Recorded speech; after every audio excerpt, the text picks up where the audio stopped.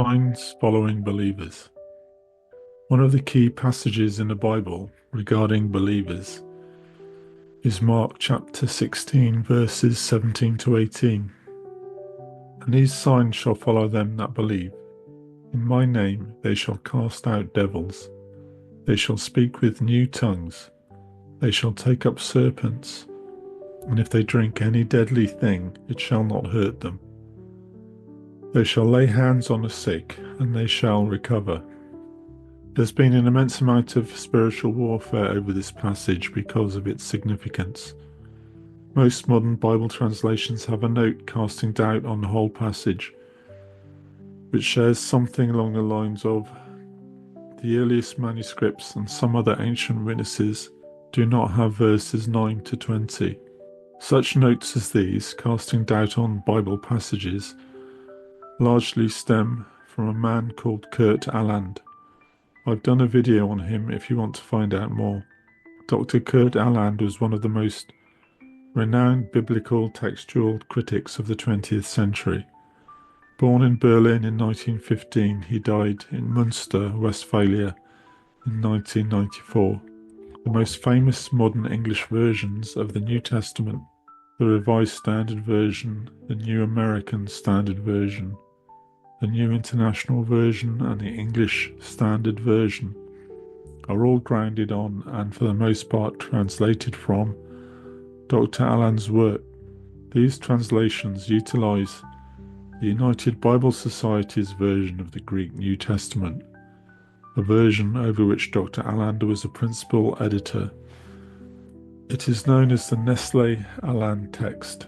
In his time, Aland cast doubt on virtually all the books of the New Testament, questioning their authorship and in some cases wanting whole books removed completely.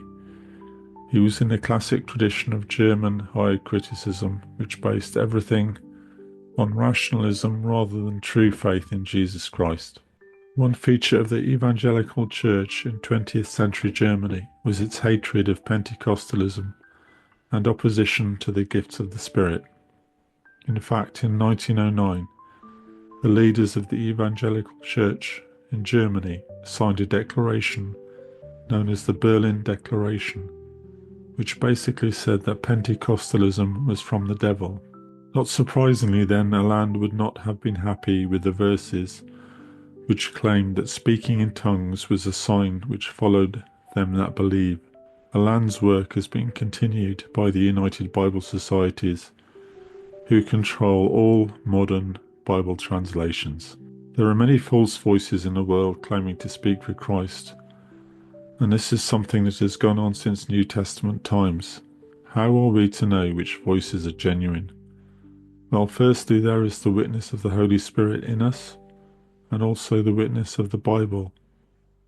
However, there are also key signs that tell us if a person is a genuine believer or not. The 5 signs are listed in Mark chapter 16, verse 17 to 18. First, casting out devils. Second, speaking in tongues. Third, taking up serpents. Fourth, drinking poison without harm. Fifth, healing the sick by laying on of hands. All these were signs that follow believers in the New Testament, and they remain true signs today. They point to God's sovereign power and authority in this world. Casting out demons can only be done by believers who have the authority of Christ. This is something that was discovered by the sons of Sceva in Acts chapter 19. Speaking in tongues was a major part of New Testament church life. So much so that Paul said, "I would that ye all spake with tongues." Taking up serpents was something demonstrated by Paul in Acts chapter 28, verses 3 to 6. The passage describes Paul gathering sticks for a fire, at which point a viper comes out and bites him on the hand, but he suffers no harm. Drinking any deadly thing without harm is something where there are no examples in the New Testament, but it is something that has been important to believers over the ages when they take the gospel to places without clean fluids to drink. Many diseases are caused by polluted water sources, but a believer has supernatural protection from such pestilences.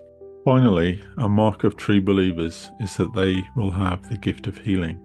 This is a fundamental aspect of Christian ministry. Christianity is not a cultural tradition, it is living and active.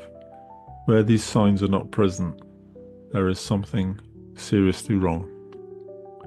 So thank you for listening. If you found this video interesting, you can find more information at prophecy-workshop.com.